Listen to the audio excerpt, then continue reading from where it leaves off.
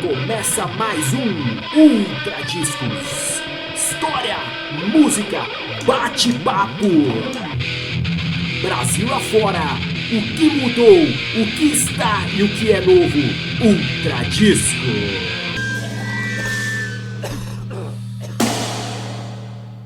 Salve, salve! Começando mais um Ultra Discos, a Rádio Pirata em podcast. Hoje com um convidado ilustríssimo. Meu nome é Fernando Lima, estou aqui com o meu parceiro Michel Matos, que vai apresentar esse nosso convidado, que é uma honra tê-lo aqui. Bem, pessoal, quando começamos aqui o podcast, imaginamos algumas entrevistas, mas eu falar que hoje é um dia especial. Estamos com Carlos Finho Telhada, 365, MMDC, um legítimo paulista. Posso falar assim, Carlos? Graças de Deus. Boa tarde. Tudo bem, irmãos? Uma honra estar aqui. Carlos, tanto eu e o Fernando começamos com bandas também. Ninguém é perfeito, né? E a gente tirava som, principalmente a som do Rock Brasil, porque era mais fácil também pra gente cantar em português. Claro que sempre tinha uma do 365, Granola Vila Morena, São Paulo. E o que você acha aí, passando gerações e gerações aí, a tua obra continua caminhando? Muitas vezes sem a ajuda da mídia, mas ela continua caminhando, todo mundo conhece. Caminhando de Uber, né? Parece. Caminhando de Uber. Não, por favor, conta a história do Uber. Conta a história do Uber aí. Do Uber é engraçado. Eu tava falando pros meninos aí, quem tá ouvindo, que eu encontrei uma pessoa e o cara se chamava Carlos, eu me chamo Finho pra mim. Né? Quando eu entrei na escola, a professora fazia chamada, eu não respondia porque eu não sabia que eu chamava Carlos. Me chamo Finho desde que nasci. Meu irmão pôs esse apelido quando eu nasci. E eu fui saber que eu chamava Carlos na escola. Né? Mas enfim, eu acostumei com esse Carlos depois dos 40 e pouco, né? E eu encontro o cara do Uber, chama Carlos, eu começo a conversar, ele toca, ele ia falar que é uma música, aquela escuridão, o cara não tá nem me vendo. Aí põe 365 pra ouvir, como muita gente faz. É muito comum entrar no lugar, a pessoa põe 365 pra ouvir assim a noite inteira. E no fim, não aguenta mais, né? Resumindo, o cara trabalha no mesmo lugar que eu, o cara já fez as mesmas coisas que eu. No final, eu falei, a gente precisa comemorar esse nosso encontro. Dia 26 agora, eu, Finho, faço 56 anos. Ele falou, eu faço dia 25. Ou seja, são coincidências que acontecem assim, de você estar na rua e você ter contato com o povo, né? Isso é legal. Porque às vezes tem gente que está na rua, mas está fechado, né? Aliás, eu acho que esse é o nosso problema. A gente mesmo quando, ultimamente, eu sinto as pessoas assim, mesmo na rua as pessoas parecem muito fechadas. Eu não estou dizendo ser simpático, eu estou dizendo estar aberto para o novo, estar aberto para uma conversação que preste, né? Não precisa baixar tanto o nível para a gente conversar com as pessoas. Acho pelo contrário, a gente só é mais sincero quando a gente está falando coisa que a gente gosta de verdade, não querendo fazer parte de um rebanho só. Posso começar? Pode começar. Um assunto de ordem cronológica. Sim. Então eu vou começar um pouco pelo início. 365 e tal. Acho que você deve estar cansado de responder perguntas desse tipo, mas eu acho que tem alguns aspectos que podem ser interessantes de falar. Até eu estava conversando aqui com você, eu trabalho muito com som novo brasileiro e tal. Os anos 80, 70, 80... é muito marcado por uma certa sonoridade, muito própria, principalmente das bandas punk de São Paulo e tal, e também por uma certa precariedade da condição de equipamento que você tinha na época. Sim. E uma coisa eu tava reouvindo essa semana, no 365, assim, a gente ouve com o nosso ouvido de 42 anos, é diferente de ouvir com o ouvido de 20 quando a gente está descobrindo o mundo do rock and roll e tal, coisa e tal. Mas o legal do 365 é que vocês tinham uma sonoridade muito própria. E ouvindo o vídeo de hoje, sabendo como era na época, cara, os caras conseguiam uns timbres e uma peculiaridade de som que me espantou agora ouvindo. Falei, putz, que louco, tipo, a produção devia ser super difícil de fazer. Eu queria saber como que era o processo do 365, não é foi pensado para chegar nesse som. O que é difícil para as pessoas que nasceram posteriormente entender é que nós somos todos caras que nasceram nos anos 60. Essas bandas, alguns até nos anos 50, mas essas bandas dos anos 80, todos, né, sem exceção, fim dos anos 50, mas anos 60, eu sou de 63. Portanto, o que a gente ouviu na infância, eu lembro das primeiras coisas que eu ouvi na infância, aos 4, 5 anos, foi Obladi Oblada, os Beatles, tocando em rádio AM, até porque acho que nem tinha FM na época. Ou seja, o que a gente ouvia era muito diferente. Na mesma rádio você ouvia Luiz Gonzaga, que eu acho fascinante, e eu ouvia Beatles, né? Então a nossa formação é essa. No fim dos anos 70, quando a gente começa a montar bandas, a gente já ouviu tudo que tinha rolado nos anos 70. Que pra mim é rock and roll. A tal da MPB é só uma invenção de um nome. Se você pegar o disco Tropicália, por exemplo, é óbvio. Baiano, A capa é óbvio que aquilo é Sgt. Pepper. Capa. Esses caras eram fascinados por isso, mas por uma contingência política, esses caras estranhamente haviam acabado de participar de uma marcha contra as guitarras elétricas. É que hoje você ouve eles falando, eles acham ridículo também, né? É o momento, a circunstância. O homem é ele, mas a circunstância dele, saca? Até HC matou a pau, é verdade, é isso mesmo. E esses caras, quando se juntam, né, no caso, coisa clássica Domingo no Parque, né, do Gil, com Mutantes, a gente ouviu tudo isso e viu os festivais. O Festival de 69 eu tinha 6 anos. Um festival popular de canção era como um final de Copa. A gente via, a gente torcia, a gente escolhia um artista, você tinha um artista nacional para escolher, e tinha também o Festival Internacional da Canção, você escolhia um artista estrangeiro. Era muito bacana, saca? Eu não sei porque esse modo, esse esquema hoje em dia é tido como arcaico, que eu acho válido. Mas enfim, as pessoas que vão fazer isso começam no fim dos anos 70 mais exatamente, né? Há 2 semanas atrás eu participei do festa de 40 anos do Lira Paulistano. Né? O Lira era um teatro, era um porão que um monte de malucos alugaram ali na Benedito Calixto, não sei se você já ouviu falar. Laerte, né? Opa. O idealizador foi o Wilson Gordo, Chico Pardal, os caras, né? Daí o pessoal participou, o Arrigo, tudo, enfim. E as bandas que tocaram lá, as pessoas que participaram lá, foram chamadas. Eu toquei no sábado e no domingo, pra você ter uma ideia.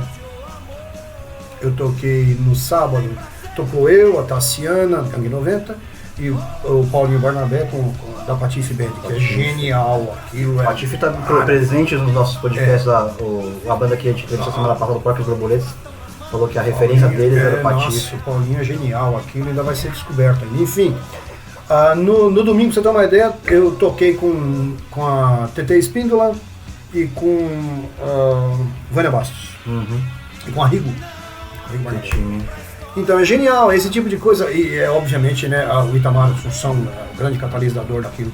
Itamar Assunção, pela vez que eu vi, por exemplo, você tem uma ideia de como era a efervescência da coisa, a gente não tinha YouTube na época, obviamente, mas eu tinha visto na casa do maluco lá, morava em Pinheiros, né, eu sou da freguesia, eu tinha visto em Super 8, uma coisa assim, uma cópia do último show de Zig Stardust, né, com Bowie, acho que é 72, e ele canta White Light, White Heat, né, que é do Reed. Aí quando eu vi a primeira vez o Itamar Assunção, eu tive a nítida impressão da energia, eu não sei te explicar o porquê, de estar vendo a mesma coisa. Que coisa. Né? Agora é difícil explicar, principalmente na época quando eu falei, as pessoas, você é louco, o cara é um negão, o cara naquele vozeirão, a voz de Itamar ele tinha a voz de camelô, era esquisito, ele nunca parecia, nunca poderia ser um cantor, eu acho. Ele falava, era esquisito. É a coisa do canto falado, né? Mas era inacreditável. Quando eu vi o cara no palco, eu falei, meu Deus, é a mesma energia de Zig Stardust. Porque ele também é extraterrestre. Só que ele era um personagem também. Genial. Ele encarnava. Só que o Itamar era um personagem 24 horas por dia. E aquilo era genial. Imagina você ver Itamar, dali a pouco você esbarrava na TT Espíndola, dali a pouco você via Grupo Rumo, saca? Dali a pouco você esbarrava em, sei lá eu, mas quem, Nausete, sabe? É esse tipo de coisa, é daí que a gente vem. Existe, infelizmente, eu acho infelizmente, um rótulo dizer o cara é músico dos anos 80. Né? Ninguém fala que o Caetano é músico dos anos 60. Né? A minha geração, os anos 80 foram tão marcantes, talvez foi o fim de uma visão de civilização que a gente conhecia, que as pessoas têm os anos 80 não só como um marco temporal, como um marco até geográfico, como se fosse um lugar os anos 80. As pessoas vão aos anos 80 e voltam depois. É muito interessante, né? Mas é uma honra ter participado e participar de tudo isso. Só que a gente produz ainda e as pessoas encaram como se aquilo tivesse acabado, né? E é triste, as pessoas veem sempre uma coisa como um revival. Por exemplo, o Teatro Cultural estava lotado e tal, mas as pessoas vêm e falam, eu queria ter sido naquela época. Não, você está nessa época, a gente está vivo, está produzindo. Claro. O Rumo está lançando coisas, o Paulo Patife está lançando coisas, o Itamar lançando coisas. Eu lanço CDs. Comecei com 365 posteriormente e lanço até os meus CDs solo. As pessoas estão vivas, né? Mas parece que o que morreu não foi a cena artística, foram os espectadores. Parece que o público morreu. É estranho. Não sei Eu tinha te falado um pouco sobre, tinha perguntado um pouco sobre o processo de composição, se vocês era intencional criar aquela atmosfera sonora. Então, como eu disse, nós somos filhos desse tipo de mistura dos anos 60. Nos anos 70, na nossa adolescência, a gente ouve essa mistura feita por pessoas mais velhas do que nós, brasileiros, de Walter Franco, a Caetano Veloso, a Raul Seixas. Né? Então, essa mistura nossa, essa lance nosso, é uma mistura disso. Né? E a gente teve um adendo também de pegar muita coisa que se fez no meio dos anos 70 na Inglaterra e nos Estados Unidos, por exemplo, Velvet Underground, Ramones, New York Dolls, Stooges já vinha no fim dos anos 60, mas vai pegar para valer no meio dos anos 70, Television, uma banda que eu acho maravilhosa. As pessoas acham que o punk, né, só tum. Fã do Television. Television é uma coisa maravilhosa, né? A letra de Venus de Milo é uma chave, aquilo é maravilhoso. Então, algumas pessoas menos informadas, acham que essa época é puramente sonora. Não, ela é visual, ela é literária, ela é espiritual. E o que a gente recebe aqui no final dos anos 70 é essa carga toda, mais a carga política interna, porque 79 você não pode esquecer, que houve a anistia. Então as pessoas que estavam fora voltaram, né, encontraram um país novo, esse país novo esperava que eles dessem uma diretriz nova. Muitos estavam mais atrasados que o próprio país. O Brasil cresceu. O Brasil é uma coisa muito estranha. O Brasil, sempre digo, um político italiano, uma vez eu vi o cara dizer que, perguntaram para ele, será que é impossível governar a Itália? Acho que Sandro Pertini, ele falou assim, não é impossível, é inútil. Né? Eu acho que é inútil governar o Brasil, porque o Brasil se autogere, sabe? Eu acho que aconteceu isso culturalmente também. Essas pessoas voltaram e o Brasil estava à frente dessas pessoas. É a musicalidade que a gente tem, baseada na mistura de AC/DC, com Television, com um monte de coisa. Uma coisa nacional. É inegável que a gente ouviu. Alceu Valença, não tinha quem não ouvisse na época. Né? Vou danado pra Catândia. Pé na cara, tá ligado? A gente tinha acabado de ouvir coisas mais novas, como o próprio Arrigo também. E uma coisa que não se fala muito, no caso 365, modéstia à parte, fui eu que impus isso. O movimento punk havia uma carência muito grande. O brasileiro não conhece seu idioma, na verdade. Né? Já é um idioma emprestado, né? Português. Mas é um idioma belíssimo, eu acho um dos mais bonitos do mundo, talvez o mais bonito do mundo. Sempre tive interesse por literatura, por idiomas, a gente estava falando, russo, armênio, eu gosto muito de hebraico, eu gosto de árabe, eu gosto de tupi, tupi por minha conta. Então essa coisa de literatura era escamoteada porque, no caso do movimento punk, veio de classes muito assim, muita dificuldade para ter acesso à cultura. No caso, na freguesia do Homem, vieram 365, eu sou da freguesia do Homem, Miguel de Pirituba, o Miro é de Mandaqui, Moreira de Guarulhos. Ali do Limão, na freguesia, vem Inocentes. Então a gente não tinha, os pais da gente não tinham biblioteca, não tinha livro dentro de casa. Tinha Bíblia, no meu caso, né? Que já é, para mim, o melhor dos livros, mas enfim. Né? E eu tentei impor uma coisa de literatura que eu acho que dá um certo brilho nisso. A Letra de São Paulo mostra isso, Nunca Mais Seremos os Mesmos mostra isso. Né? Por exemplo, eu taquei flauta, eu fui a primeira banda punk, dizem, no mundo, a ter um instrumento acústico, flauta, que é uma flauta transversal em África, no primeiro disco. Que neguinho quis me crucificar, falou que não tinha nada a ver, meteu o pau. Tal. E hoje em dia as pessoas veem que tinha a ver. Mas a flauta era uma coisa muito distante para aquelas pessoas, né? A gente tinha uma noção de rock and roll, que era guitarra, baixo, que muitos depois... muita gente não sabia o que era baixo. Você tem uma ideia, tem uma banda chamada Garotos Podres, que vocês conhecem? Sim. Eles me falaram uma vez que eles foram tocar, acho que em Goiôretê, lá no Pará, que pariu. Quando chegaram lá, os caras falaram, onde é que os instrumentos é flauta? Tá cheio, tomada pela casa, o que você quiser.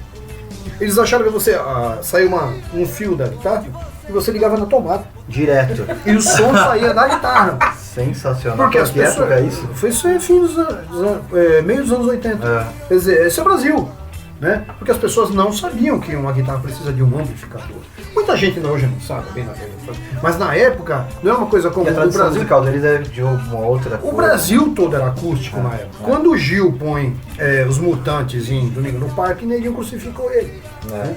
Então esse é o país que a gente tá falando. Quando o Neguinho viu flauta pela primeira vez, Neguinho cuspiu em mim, tá ligado? Você tem que ter a ver isso com o punk, né? E hoje em dia as pessoas veem que tem a ver. Carlos, você falou um pouquinho do punk, tanto o 365, mas o Inocentes também teve uma guinada. Era aquele punk bem o hardcore, né? Puxado bem para aquelas bandas de BA, muitas vezes aquela gravação. Tanto é o primeiro disco do Inocentes, o Miséria e Fome, ele é desse jeito. O Inocentes ele muda, vai mais pra esse lado do post-punk, né? E o 365 também, escutando as gravações que nem o Fernando falou, a gente escuta muita influência do post-punk, é um negócio. Ele tem uma atitude forte, mas ele tem um som muito bem trabalhado. É um som que aí pode falar, pô, esse som que não é tão forte, mas as bandas, a forte, pelo menos o Clash com o London Calling, ele busca essa sonoridade.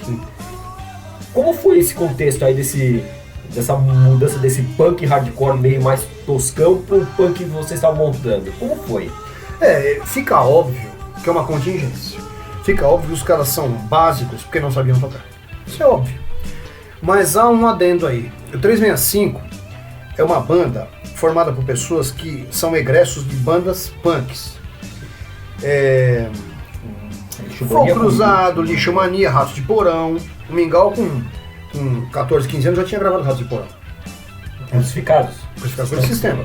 Né? Essas pessoas já estavam um pouco com o saco cheio daquilo.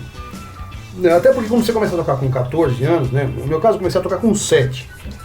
Que eu já tinha uma coisa em casa, tal, serem evangélicos, estudarem música e tal. Mas o Mingau com 14 gravou um disco, por exemplo. O que ele tocava era aquela coisa básica. O Mingau é canhoto. Ele nem inverteu as cordas, ele inverte o instrumento e toca de ponta cabeça. Porque foi o que apareceu pra ele. Com o tempo a pessoa vai evoluindo e vai vendo que pode fazer mais. Tem um lado também, no caso do 365, que o 365 é um nome fantasia para uma banda que estava querendo mudar de nome no comecinho dos anos 80. E depois foi um nome que foi aposentado. E nós pegamos esse nome, 85, 86, porque era um nome que estava mais ou menos conhecido no nicho, no meio, e não passava de 100 pessoas. Né? As pessoas conheceriam e a gente mesmo ficaria mais à vontade, talvez.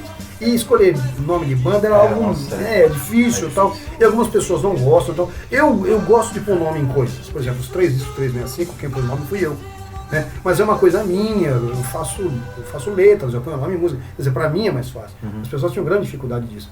Então, os Inocentes passam por uma transformação, sim. Os Inocentes originais só tá o Clemente. Né? Só de baixistas eu posso falar aqui o nome de pelo menos 6. Eu posso falar o nome de pelo menos 4 bateristas, mais até. Vocalista eu posso falar o nome de 3. Né? As pessoas acham que é o Clemente, ali, tá? As pessoas não têm muita cultura assim, de conhecer histórias de banda. Nem do Brasil, nem do exterior. Então o 365, modéstia à parte, que o 365 foi uma banda muito copiada, até pelas bandas da época, que a gente já começou fazendo um som que chama de pop-punk, não sei se... Pra mim é pop. É pop, tem sonoridade, tem letras, eu tentei fugir um pouco da coisa. Porque é o seguinte, ou se falava baboseiras, cara, conheci uma menina, que aquelas coisas ridículas. O traje, né? O Lixo Mania tem uma música que chama... Os punks também amam, não é? Uma coisa dessa. Não, uma coisa meio... Eu conheci uma menina punk, né?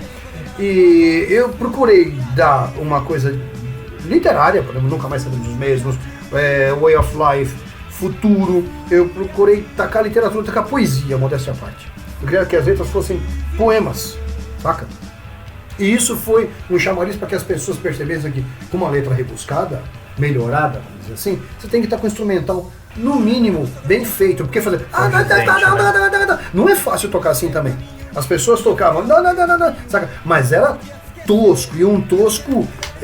como é que eu posso dizer... Um tosco envergonhado. Quando é um tosco assumido... Orgulhoso, orgulhoso. Quando você namora uma mulher feia, você anda com ela, insiste, eu gosto dela mesmo. Olha, ela é tão feia que dá até tesão. Mas quando você tem vergonha dela, saca? É fogo, velho. Você não vai muito. Perceptível, né? Você evita aniversário de sobrinho, aquela coisa toda, tá ligado? Você fica ali de mano, quando alguém chega, você diz um pouco longe dela. Quando é um tosco que você assumiu, saca? É diferente. E não era um tosco assumido, pelo menos na minha concepção. Saca? Não era um tosco assumido.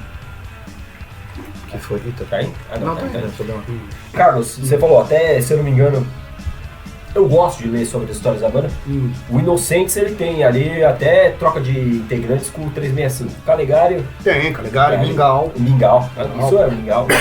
Eu falei isso, me permita, Michel, só pra não te cortar, depois eu continuo nessa. Eu falei isso porque eu tenho uma passagem que é hilária. Nós fomos tocar uma vez e nós tocamos num determinado local lá, não sei se foi Pose Bom, que porra foi. E os Inocentes iam tocar naquela noite.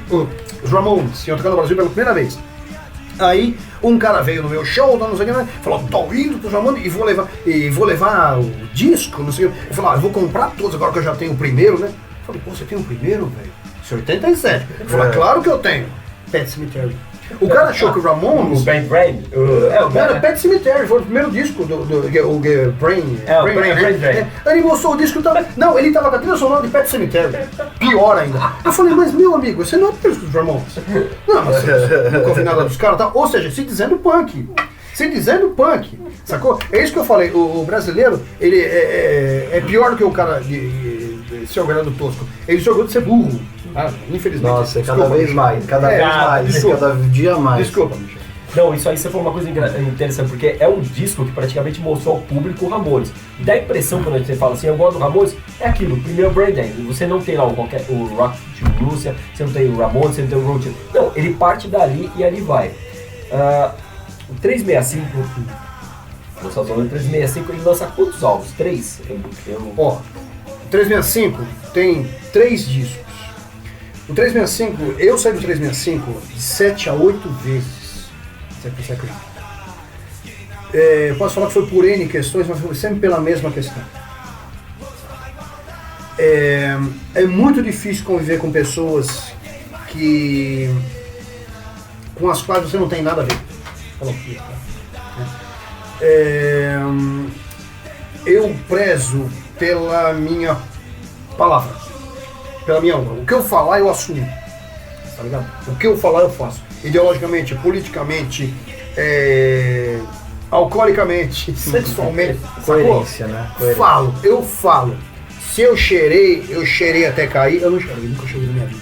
Mas se eu bebi, adoro álcool, adoro. Tanto gosto que eu parei de beber. Saca? Então eu começo a questionar, saca? Saber que você chegou a fumar crack e depois ficar fazendo coisa posando, não, garoto, e você não usou, não, eu nunca pus isso na boca e tal. Sabe, eu não gosto disso. Isso é uma coisa muito pessoal, mas enfim, o que eu acho que foge do nosso país é que nós somos extremamente mentirosos, nós brasileiros somos extremamente mentirosos, somos canalhas na maioria das vezes. Politicamente, por exemplo, eu posso citar, se eu ganhasse R$1 por cada bolsonarista da minha idade, que eu já vi que estrelinha do PT, eu tava milionário. Por outro lado, se eu ganhasse 1 centavo por cada lulista, que eu sei que é louco pra ter pena de morte no Brasil, eu estaria bilionário. Beleza, né? Saca? As pessoas falam qualquer... Porque tem... não bastasse ter o José de cama, mesa e banho, e tem o José do Facebook, agora tem o José do Twitter, ele é um no Twitter, ele é outro no não sei como é que chama, no YouTube. É inacreditável, sabe? Tem pessoas, por exemplo, que se dizem ideologicamente determinada coisa, porque, por exemplo, a coisa da masculinidade pega muito esse papo de militarismo. Eu fui militar, civil exército, etc. Né? Então eu conheço pessoas, às vezes, que vêm conversar comigo sobre militarismo, que o cara não serviu, ele não serviu. Tá ligado? O cara que serviu é uma coisa tão... Eu servi durante o governo militar, 82, é tão escrachante, é tão detonante, que você tá à beira da morte o tempo todo. Você sabe uma coisa ruim pode acontecer? Eu servi no quarto BIB, cacete. Então você lembra o nome do cabo que te passou a perna, o nome do seu comandante, você pode esquecer o nome do seu pai, mas do seu comandante você não vai esquecer. Você conversa com caras que vêm falar de... Isso é traumatizante. Caras que vêm falar de exército, vêm falar bobeiras que ele ouviu alguém comentar. Sabe? Esse tipo de coisa, tem pessoas que votaram na pessoa desse senhor, do Jair, buscando uma masculinidade. Você vê que tem pessoas que falam, volta a masculinidade, E às Uma vezes cidade perdida, né? ou nunca tira. Ou nunca tira, né? O cara não sabe o que tá. Eu não tô fazendo crítica a eleitores dele, não, pelo amor de Deus, eu não aguento mais isso. Assim como tem caras, uma coisa que me encheu de vergonha, no dia da eleição, a equipe do Haddad fala, vá votar levando um livro. Eu conheço caras que só usam papel para limpar a bunda, saca? O cara saiu com um livro na mão para ir votar. Isso é degradante, sabe? É ridículo. É ridículo a maneira como o brasileiro é bunda E é um mole, pouco da era da mídia também, né? Sem Tudo tem dúvida. que ter uma imagem marcante. Você tem aquilo, que nem um amigo me falou, eu posso ser um ogro, mas o meu senador canta Beatles no Senado. Né? Ou seja, primeiro que o Suplicy não canta, ele geme. Segundo, ele é um boca mole. Terceiro, se você é um ogro, velho, por que você não vota num ogro? Faça-se representar. Sabe? Você não é bosta nenhuma, você não é socialista, bosta nenhuma. Tá ligado? Faça-se representar. O brasileiro não desce do muro e não sai da sombra a custo nenhum. Eu fui chamado uns tempos atrás para tocar num lugar. Quando eu fui ver, estavam ridicularizando uma determinada facção. Eles se acham uma facção e metendo o pau em outro tipo de eleitor. Né? É democracia, os caras votaram, ganharam, acabou, não enche o saco. Chamando os caras de nazista, com figuras fazendo saudações nazistas. Não são nazistas, sabe? Eu conheço milhões de pessoas, vocês conhecem que são gente boníssima. E votaram no cara, eles não são nazistas. Eles acharam o cara melhor. Dane-se! Eu conheço caras que votaram no Haddad, eles não são comunistas, eles não apoiam ladrões, eles só votaram no PT. É só isso, saca? Mas não, falei não. Primeiro que apareceu uma outra coisa que eu vou fazer no mesmo dia. Falei que não ia fazer, neguinho vem te chamar de fascista. É inacreditável, porque você não participou. Neguinho que nem nascido era, como você já tinha desgravado, como você encarou. Eu toquei em comício do PT para 1 milhão de pessoas, outros falam 400 mil, na Praça da Sé, comício do Lula em 89. Tinha 1 milhão de pessoas. Imprensa, né? Eu toquei, porque eu falei, não, por que não? Tocava um dos caras da banda era filiado ao partido, falei, vamos ver. Foi interessante, mas a gente viu no que deu, saca? A gente viu no que deu. Agora, hoje em dia tem pessoas, eu não vou entrar nessa, as pessoas estão querendo dividir o Brasil em um balcão de padaria. Ou você é coxinha ou você é mortadela. Mano, saca? Eu não vou entrar nessa. A gente vive, acho que não só no Brasil, mas no mundo, um momento de polarizações forçadas e tal. Não, você tocou num ponto interessante. Perde um pouco as nuances e o brasileiro tem uma coisa de querer estar na crista da onda, principalmente das cagadas que são feitas fora do Brasil. Neguinho fora do Brasil fazendo altas cagadas, e aqui a gente tem que imitar. Seja de racismo, seja de pseudocultura, tem coisas feitas lá fora que são um lixo culturalmente, as pessoas copiam aqui, saca? E o Brasil... Mas isso é histórico, né? Isso é cultural. E o Brasil, já foi a França, queira ou não queira, nós somos um grande celeiro de cultura e arte, saca? Musicalmente, ó, só tem Brasil, Cuba, Cuba, né? é minúsculo, mas tem uma coisa de música própria, então é Brasil. Estados Unidos é inegável, a Turquia... Tem muita coisa musical, mas essa coisa universal que a gente tem, o jovem que tipo de música, eu adoro rock, o cara vai ver, o cara põe o seu Valença. Você vai na Argentina, o cara pode ser que gosta de um rock, é aquela coisa rock and roll, igualzinho foi nos Estados Unidos, só que em espanhol. Ou ele acha o máximo, por exemplo, Paralamas. Né? Os nossos vizinhos percebem a grandiosidade dos nossos. A gente fica imitando os outros, mano. Sexualmente, politicamente, eticamente, falta de ética. É muito escroto, sabe? Então, no caso, desculpa, eu falo pra caralho. Mas vocês falaram que ia ser conversar, então vamos conversar, saca? É assim que eu me posiciono, sacou? Então, esse tipo de coisa que aconteceu com as bandas que tinham estavam indo por esse caminho e depois parece que modifica um pouco, muita coisa acontece, por exemplo, no caso do 365, eu tentei manter a coisa de cabeça erguida. Porque uma banda é um ser vivo, velho. Uma banda é um ser vivo. Pode ter várias cabeças, pode ter 2, 3, 4, 5, mas é um ser vivo. E um ser vivo, seja ele qual for, se ele não tem alma, ele é um zumbi. Você tá ligado? E você vê banda, às vezes a banda é original, com os caras originais, sobe e você fala, puta que pariu, não tem nada aqui. Sabe? É só o corpo. Sim. Né? E tem bandas que às vezes mudam algumas pessoas, mas entra alguém diferente, mas você vê que, saca? Quando eu comecei a sacar, por exemplo, o caso do 365, só tava o corpo, né? Eu saí algumas vezes, houve vários entreveros por N motivos, mas sempre baseado em volta a mesma coisa, sinceridade, sacou? Então eu pulei fora, várias vezes. Vieram todas as vezes atrás de mim, na freguesia, por telefone e tal, não sei o quê. Nesse meio tempo a gente conseguiu enrolar por 30 anos. Foi de 86 a 2016. Nesses 30 anos, a gente fez esses discos aos trancos e barrancos. Pra você ter uma ideia, o disco do Outro Lado do Rio tem 12 músicas, 9 são minhas. As outras são, ou pegaram músicas antigas e regravaram, coisa do gênero. E já foi um disco solo meu. Quando eu vi aquilo, eu fazia um disco solo meu. Só eu tô fazendo sozinho, meu Deus do céu. Eu editei, eu dei SRC, eu fui atrás de capa, eu fui atrás de editora, eu fui atrás de foto, fomos eu e o baterista. Eu falei, disco meu, né? Aí, posteriormente, parece que eles fazem um arranjo, lançaram um disco com mais alguma pessoa e tal, que pra mim não é 365, eu acho desonroso aqui. Então, pra mim, 365 tem 3 discos. 365, 86 e 87, Cenas de um Novo País, de 89 e 90, e Do Outro Lado do Rio, 2005. O que vier depois, por mim, não é mais 365 e eu não interfiro mais. Acho meio triste as pessoas gravarem, por exemplo, vídeos onde um cara me dubla. Eu não acho isso legal. Quer dizer que essa é a banda, o cara tá me dublando. Ou pegar letras minhas e inverter e dizer que a letra é de outra pessoa. Eu não acho legal. Mas até aí, a história é senhora de tudo isso. Tá ligado? Carlos, então, você falou 365, eu tô vendo uma música aqui, vou perguntar se você acha que é, e vou perguntar uma outra música aqui que você começa, uma aqui do NMDC, até foi do Ali Baltazar, vai perguntando se é a situação atual. Primeiro, 365, eu tô vendo aqui, pelo jeito que você falou, Adeus pra sempre. É a música que pode ser Adeus pra sempre, acredite, eu fiz pra uma mina, pode parecer. O Carlos é romântico também? Só nesse lance aí, literatura é romântico você vai ver a letra, foi muito estranha a situação. Eu conheci uma pessoa e eu nunca namorei ninguém. Eu nunca namorei ninguém.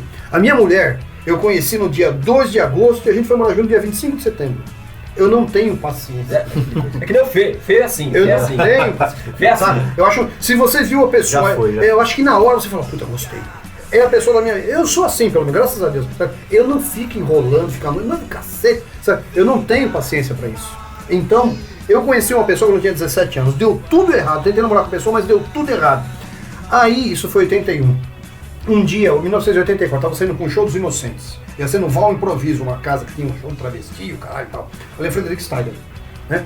Aí quando eu saí de casa, uma pessoa falou assim, ó, aquela pessoa que você... Eu só tinha gostado daquela pessoa. E ainda tinha ela como padrão do que era gostar de alguém. Eu não sabia muito bem, pra ser sincero. Porque eu não me interessava muito por gostar dos outros. Eu achava que eu tinha que reproduzir, tá ligado? Mas gostar de alguém eu achava muito desgastante. O casamento dos meus pais não era um bom exemplo. Era muito chato. Eu não estava interessado naquilo. Eu gostava de rock and roll, queria ser músico e escritor. Foda-se. Aí, eu tô saindo, alguém falou assim, ó, aquela menina assim, ela tá casando hoje. Aí eu fui pro show dos Inocentes no Frederic Steiger e no ônibus eu fiz essa letra, saca? Que fala, adeus pra sempre, a porta se fechou, finge que és bela ainda, que tudo melhorou, tenha na ponta da língua a palavra que sonhou, agora você pode ter marcas de unha, você tem documento de saca? Foi como você quis, quase como eu queria. Eu cito Casimiro de Abreu, eu era infeliz e não sabia. Ele fala, meus 8 anos, né? Eu era feliz, eu cito, eu era infeliz e não sabia. Então essas citações, essas brincadeiras que eu faço com literatura, eu cito, por exemplo, Hilke, Pamela, uma música chamada Pamela 365, eu cito Hilke. Na hora que eu começo a declamar, eu falo, quem me ouviria se eu gritasse? É a primeira LG do hino. Quem me ouviria entre as regiões dos anos se eu gritasse? Eu cito essa primeira frase. Então, esse tipo de coisa, tentando colocar sentimentos extremamente fortes, né? Quando eu soube disso, eu pensei, poxa, a minha vida, tal como eu a conhecia, acabou. Eu pensei, hoje eu devo morrer. Era 84, eu falei, hoje eu devo morrer. Porque o que eu entendia como relacionamento entre um homem e uma mulher, não existe mais, que era o meu padrão. O meu pai estava indo embora de casa definitivamente, ele foi embora, voltou, mas naquele ano, 84, ele foi embora definitivamente. Eu falei, então, como eu sou heterossexual e não tenho interesse em outro tipo de sexualidade, se eu não vou ter mais... Eu achei que não ia me casar com mais ninguém, né? Não tinha mais paciência. Falei, alguma coisa em mim hoje, talvez eu mesmo morra nesse show. Porque os shows eram extremamente agressivos, extremamente, saca? Volto a dizer, uma casa toda demolida, não tinha show travesti. Chamava Val Improviso. Eu falei, hoje, eu saí de casa preparado para morrer. Peguei, levei uma faca. saca? Falei, vou morrer hoje. E no ônibus eu fiz isso meio como despedida, saca? E alguma coisa em mim morreu realmente naquele dia. Morreu, saca? E eu achei belíssimo depois que eu acordei no outro dia completo. Acordou bem. Virou outra coisa. Ele vai lindo. Deus por sempre. Vamos... Deixa eu só perguntar mais um. Tá, No MMDC você começa com uma música que você canta, que é temática da Temática de arte, agora. A esperança está no ar, vontade de mudar, Brasil. Brasil, O isso foi MMDC, 95. o MMDC Mudou? foi de uma briga, o baterista, né? Coisa. Aí eu saí e falei, gente, fiquem em paz, eu tô saindo, eu vou montar uma banda. Aí o guitarrista colou em mim na saída, foi um pau no Sesc de Santos. Falou assim, posso ir com você? Eu falei, velho, eu acho que já tem umas pessoas. Não, eu posso ir com você, eu faço a guitarra. Eu, um ótimo guitarrista, ali, ótimo guitarrista. E o Júnior, na época, o baixista, também pediu pra vir. Ou seja, é um 365 oferecido. outra concepção. E o baterista, que é o Nelsinho Gomes, que é um ótimo baterista, está comigo até hoje. E a gente fez isso aí. No caso de temática de Ática, o Ari tá fazendo uma crítica agressiva, provavelmente era final de governo Collor, uma coisa do gênero, tá? Depois, pra você ter uma ideia, essa música a gente não tocava mais a partir de 2000, 2003, porque ele era lulista, petista, então ele achava que ele não devia a gente não devia tocar, que era uma crítica ao PT. Essa é uma das coisas que eu não conjuminava. A música tem que ser tocada, como se o Brasil tivesse mudado. A gente mudou para pior. Né? O que a gente passou nos últimos 20 anos foi para pior. A gente tá. Não há como você chegar para um filho de vocês, não sei se são muito novos, mas para uma criança hoje em dia de 10, 15 anos, chegar nela nos próximos 10 anos e tentar convencê-la de que o socialismo é uma coisa que tem fundamento. Depois que passaram para ela que o socialismo foi feito nos últimos 20 anos no Brasil, que o socialismo é o que se faz em Cuba, o socialismo que se faz na Nicarágua, é o que se faz na Venezuela. Como você vai vender essa ideia para uma pessoa assim? Saca? Então, nesse ponto, eu acho que a música valia como crítica. Você se autocensurar porque você é ligado ao partido que está no poder, isso eu achei inacreditável. Saca? Mas é isso o que ele diz aí. Ele fala que a esperança está no ar, sabe? Havia uma ideia, isso aí era comecinho, era governo Itamar. Essa música já tinha uns 2, 3 anos quando a gente gravou. Governo Itamar. Lembrando que hoje é o 7 de setembro, né? Então a gente está numa conversa com uma visão super crítica de Brasil e de visões que é bacana, de né? possibilidades de Brasil. Mas agora a gente chega num momento da nossa conversa que a gente vai botar um som aí, né? Sim. Vamos para fechar o primeiro bloco aqui, Carlos. O 365 para fechar, depois a gente vai para outros. Já que nós falamos tanto 365, escolhe. O que você tem aqui? Tem. Quando partir? Quando partir? Quando partir. Então, com vocês, quando partir.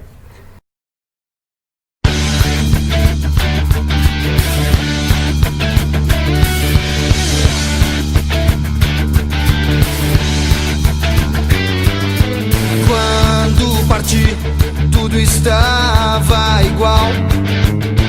Me despedi num aceno do mesmo modo casual. Eu não era mais eu quando parti. Quando parti, de guitarra na mão, não resisti e cantei na despedida uma canção. Eu não era menos eu quando parti. Conhecer o meu país é tudo que eu sempre quis. Menos grana e muito mais coração. Quando partir,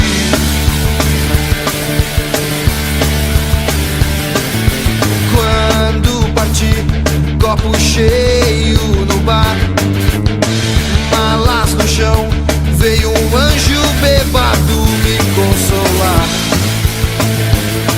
Ninguém na estação quando parti. Quando parei e olhei tudo em volta, compreendi que partir era chegar por outra porta. Eu tive que partir pra estar aqui. Conhecer o meu país é tudo que eu sempre quis. Menos grana e muito mais coração. Quando partir,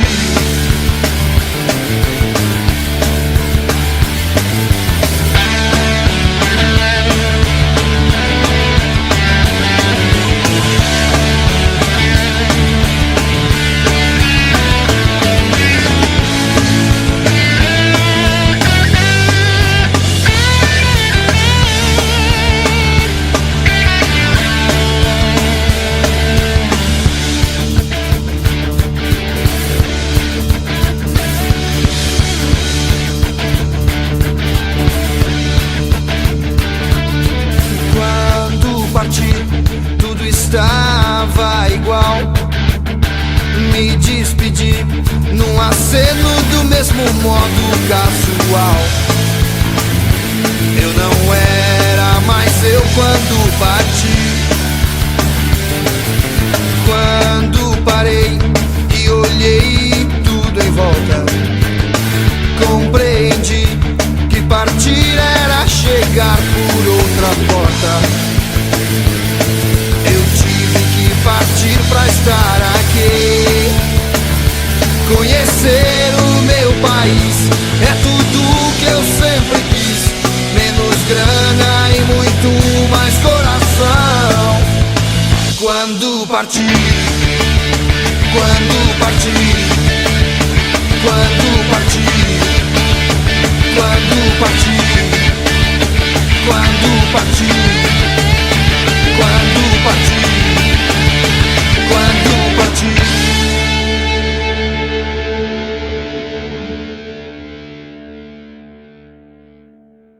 Bem, pessoal, voltamos aqui, escutamos Quando Parti aqui, e com o papo aqui com Carlos Finho Telhada. Carlos, perguntinha aqui, eu tenho um CDzinho aqui do 365 e eu percebi que vocês listaram muitas cidades onde vocês tocaram, o foco era muito São Paulo. Mas engraçado, vocês também têm um lance, que vocês têm uma cover de Asa Branca. E sempre teve aquela história, 365 é uma banda de São Paulo, voltada de São Paulo, território de São Paulo, meio bairrista. E vocês têm Asa Branca. Conta um pouquinho aí de como gravar Asa Branca. Desculpa eu rir, mas você fala esse negócio de cidades, eu não lembrava. Tá aqui, ó. Olha, veja, esse é o CD de capa roxa. Ó. Eu não tenho a mínima ideia de por que ele fez, foi o Patrícia que fez isso. Pra você ter uma ideia, você pode contar depois. Só cidade de São Paulo, tem cidades que eu nunca vi de São Paulo. Isso não tem um ano e meio. A gente chegou a contar uma época, tinha mais de 100 municípios em um ano e meio, sem repetir. Você imagina quantos shows a gente fez, né? Mas a coisa de São Paulo foi interessante. Isso eu ia até perguntar, porque vocês têm as letras suas, tem muitas que fazem alusão a São Paulo, a exaltação a São Paulo. Essa coisa sou eu. Aí eu também te perguntar de onde vem isso Quando e vocês... Só complementando aqui, eu entendo 365, assim, até com uma idade, até com uma mesma linha do Ira, eles representam muito o que é São Paulo, para nós, pelo menos do rock. Na época, eu sempre tive essa coisa de ser paulistano, sempre gostei disso. Sempre me interessei pela Revolução de 32, etc. Sou da Freguesia do Ó. A Freguesia do Ó é um condado, é muito separado. A Freguesia do Ó tem... A Freguesia já foi um município independente. Não chegou a ser, mas a Freguesia foi fundada em 1580, pra você ter uma ideia, e ficou fechado. Só entraram ônibus na Freguesia do Ó nos anos 50, pra você ter uma ideia. É um condado fechado, e quando foi dado, quando ela foi concedida pelo rei de Portugal, a Manuel Preto, fundador, que aliás eu li o negócio de donação, o título de donação, a cópia está aqui na Avenida Nazaré, aqui onde é a PUC hoje, que eu falei para vocês, o arquivo da Cúria Metropolitana. E o imperador fala: suas terras se estenderão do morro junto ao rio, que é onde está a matriz da Freguesia do Ó, até o pico, não sei o que é o pico de Jaraguá. Olha só. Então tudo isso era um condado que o cara ganhou, porque ali eles achavam, e já tinham achado, ouro, né? E os caras, o primeiro local do continente americano que se achou ouro foi no Jaraguá. Se vocês forem a Jaraguá um dia... Tem ouro ainda lá? Tem fazer um garimpo lá, Michel. Fazer um garimpo lá pra ver? Tem restos de uma mineração com Martim Afonso de Souza. Em 1527, comandou um garimpo ali. Então esse cara foi mandado para lá, para guarnecer com militares que ele levou, e índios que ele escravizou depois, com soldados em volta pela região de ouro. Enfim, eu tenho todo esse tesão pela coisa de ser paulista e paulistano, mas isso é óbvio, né? Repetir... Fernando Pessoa, você fala o Rio da Sua Aldeia, você canta o Rio da Sua Aldeia, todo mundo tem o Rio da Sua Aldeia. Sensacional. Né? E isso é legal porque as pessoas sacam. Pra você ter uma ideia, a história de São Paulo, que eu já contei 1 milhão de vezes, vocês não devem saber, a história de São Paulo foi o seguinte: a música foi o seguinte, eu falei pros caras, eu quero fazer uma música pra cada bairro de São Paulo. Olha, era idiota, era uma imbecilidade. Mas cadê a música da meu bairro, Saúde? Eu sou fissurado por isso, né? Quando eu falei pros caras, os caras, graças a Deus, falaram assim: não tem nada a ver. Eu falei, mas eu quero, não, nada a ver. Daí eu falei, vou fazer uma música pra São Paulo, então os caras, não. Na época, o Ira tinha feito Pobre Paulista e tinha uma pecha, tem uma letra e complicada uma coisa também, um pouco à direita, um racismo, tal, não sei o quê, que é verdade, sim, tá ali, sim. E os caras foram... só ler, né? É só ler a letra. Eram adolescentes, depois modificaram. A primeira versão fala, eu não quero ver mais essa gente feia. A versão que eu conheço é essa. No compacto fala, não quero ver mais essa gente. No LP, que sai pela Warner, fala assim, eu quero ver mais essa gente feia. Note. Eu conheço que é a primeira. Não. Vamos escutar. É do Vivendo e Não Aprendendo, o disco que tem Pobre Paulista. São diferentes as gravações. A letra, ele modificou. Porque houve uma puta pressão. Um cara com o apelido de nazi cantando Não Quero Ver Essa Gente, saca? E o nazi não tem nada a ver com o nazismo, a música não tem nada a ver com direita, mas tem a ver com racismo. Sim. É óbvio que tem. Mas enfim, coitados, carregaram essa pecha e... Enfim. Quando eu falei fazer uma música pra São Paulo, todo mundo, não, já tem alguma. Eu falei, mas não tem nada falando bem de São Paulo. Tem gente falando que o paulista é um sofredor, tem gente falando que São Paulo é poluído. Então eu falei, eu quero fazer uma música como se fosse uma mulher mais velha, uma mulher que eu gosto. Com todos os seus defeitos, mas que você ama, né? Ela é uma velha caduca, mas você gosta dela. Aquele papo de mulher feia que você gosta. E eu acho São Paulo belíssimo. Sempre achei. Eu acho belíssimo. Tem um espírito, não sei. Aí eu peguei e comecei a propor umas letras e o pessoal pulava fora. Um dia a gente foi num show, falou, vai tocar uma banda paulista e uma banda de fora. Note quando uma banda paulista subir, é diferente a energia. Nós somos um tipo de festival. E realmente os caras falaram, vamos fazer uma coisa sobre São Paulo. Falei, então você traga. É sempre assim, as músicas que eu fiz com o Ari, todas, eu fiz a melodia também. Né? Eu reparto com ele que ele teria feito a música, mas o que ele fez foi a harmonia. Né? Eu fiz a melodia também, todas eu fiz a melodia. O único senão, e nunca mais seremos os mesmos, que eu copiei a melodia do que ele faz na guitarra, na harmonia. Enfim, ele veio com uma coisa calma, assim, eu falei, nossa. Mas no final ela ficava agressiva, no meio ficava agressiva. Eu falei, nossa, parece São Paulo mesmo. E fizemos, mas a gente evitava tocar. Porque a gente era punk, não sei o que, o público era muito, né? Vou tocar uma música começa com... Tocamos a primeira vez, eu não sei se já no Madalena Satã, tocamos no ácido plástico. As pessoas não gostaram, as costas saíram andando. A gente tocou 3 dias direto no ácido plástico. No segundo dia pediram a música, no terceiro dia aplaudiram. Lindíssimo, que dia lá. Cacete. Mas era aquele nicho, como eu já disse pra vocês. A gente foi em setembro, a RCA nos chamou para ir pro Rio de Janeiro, setembro de 86. Para ir pro Rio de Janeiro, gravar uma fita pra eles tinham interesse na gente. Fomos lá, gravamos, sei lá, suponhamos, 9 músicas. Aí o cara, o técnico e o produtor falou assim, grava mais uma. Você não tem mais uma. Eu falei, tem uma, mas não tem nada a ver assim com o que a gente faz, era muito calma e tal. Eu falei, como é que ela chama? Eu falei, no Rio de Janeiro. Eu falei, São Paulo. Ele falou, legal, grava. Carioca, né? Tudo palhaço. Eu falei, pô, o cara tá tirando uma. Gravamos São Paulo, quando acabou, o cara falou assim, mano, vocês vão estourar com essa música. Olha só, falei, esse cara tinha visão. Carioca, né? Falei, tá bom, Carioca tinha lançado. Rio de Janeiro, dali 2 semanas voltamos, a ensinamos, nos deu a fita e falou, façam vocês bem entenderem. No caminho, voltando, busão, a gente ouviu que tinha uma rádio abrindo, chamava 89 FM, que pedindo pra, leve a sua fita mesmo, você não sei o que, a gente é uma rádio rock, você tá tocando as mesmas porcaria, porque não tem banda nova, ninguém tá trazendo, tá? A gente levou. Quando a gente levou, os caras ouviram e falaram, nossa, essa aqui. Eu falei, não, velho. Justo ela. Mais agressiva. Não, essa aqui, senhor, essa música vai bem. Eu falei, não. Quando eu voltei, né, já tinha alguém com rádio dentro do ônibus, ouvi a música de novo, tocando na rádio. Já ouviu no rádio, já. Quando eu cheguei em casa, eu moro na freguesia, nossa, ali da Paulista era uma odisseia pra chegar em casa. Quando eu cheguei em casa, tava tocando na rádio, eu falei, mano, não pode ser. Aí, resumindo, de setembro a dezembro, tocou uma fita demo. O que explodiu foi... Aliás, muita gente acha que é a música original. Mas gravaram depois? Uma fita demo. Não, a fita demo. A gente gravou depois de novo.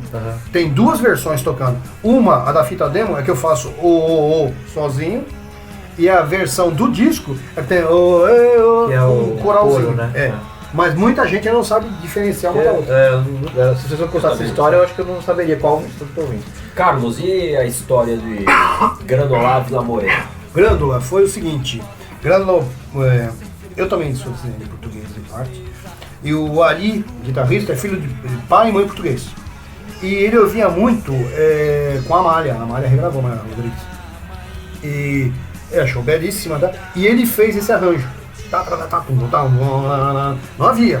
E fez sob protestos do pai, porque primeiro que aquele era um tipo de. Toda a Revolução dos Cravos. Da Revolução dos Cravos. Toda a né? Revolução dos Cravos virou o hino nacional alternativo do país.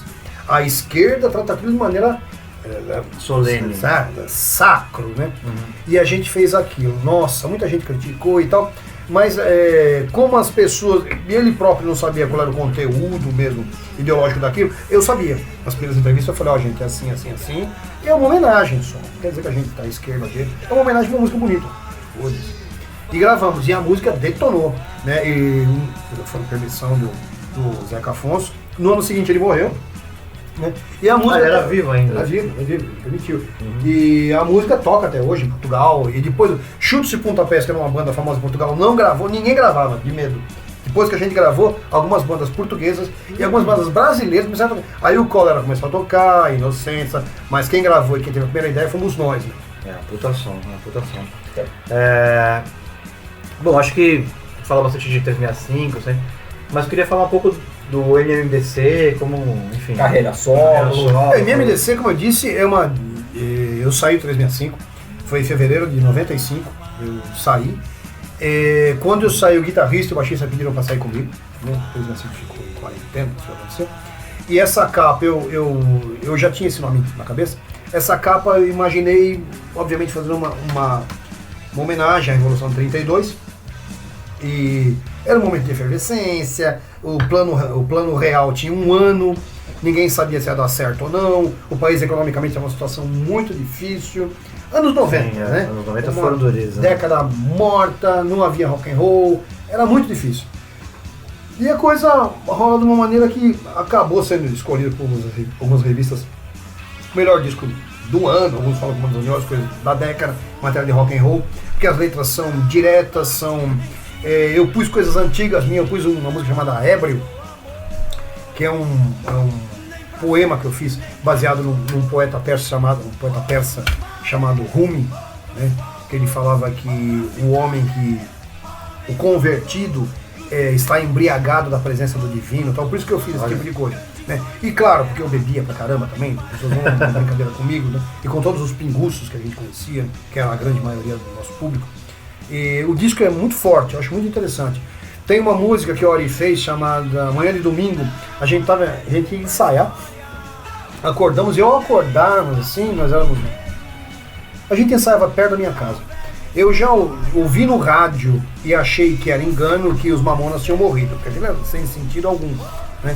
E ao chegarmos no estúdio, ficamos vendo assim aquelas imagens do avião terrível, né? Tá destroçado. E eles abriram o show do 365 como Utopia uma vez, os Mamonas, em Guarulhos, antes de ser Mamonas. Sim. O Dinho, né? A gente conhecia o Dinho. Né?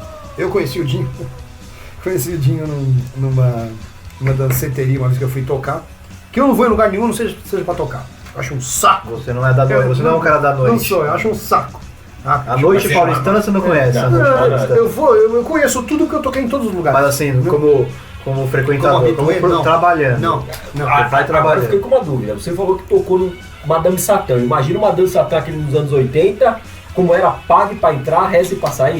Não era tudo aquilo, não. Era, pelo contrário, era... Uma lenda. Era chiquérrimo. Era chique? Não, o dia que eu toquei no Madame Satã, pra você ter uma ideia, já havia ido antes, obviamente eu conhecia, etc.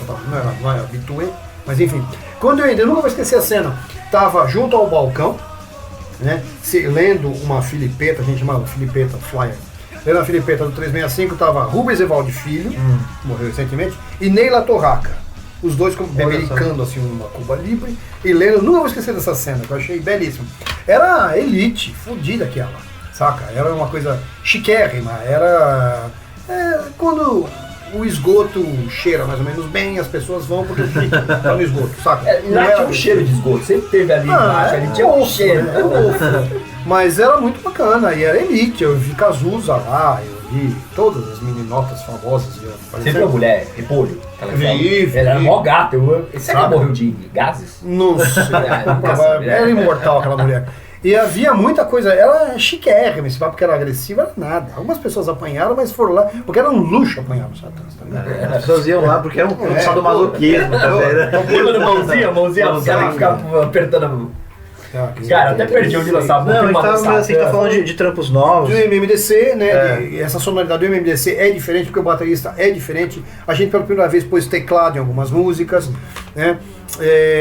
Mamonas, como eu disse, o Ali fez a música Manhã de Domingo. A gente conheceu o Dinho, eu conheci o Dinho pessoalmente. Era muito engraçado. Numa danceteria que eu fui tocar.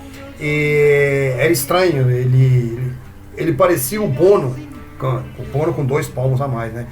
O Bono é um baixinho, um óculos assim espelhado. Ele tava com um casaco de. O Dinho, né? Um casaco de peles. Ele era uma figura, saca? Bonitão, um cara bonito, bem vestido e tal. Esse personagem que ele inventou pros Mamonas, que todos eles inventaram. Eles inventaram uma banda fictícia. Eles haviam tentado fazer uma banda, entre aspas, séria. Que era Utopia. Utopia e outras coisas. E não conseguiram. Aí fizeram essa palhaçada, que eu acho muito interessante, que são nada mais são do que covers de músicas famosas, de Rush, The Clash, né?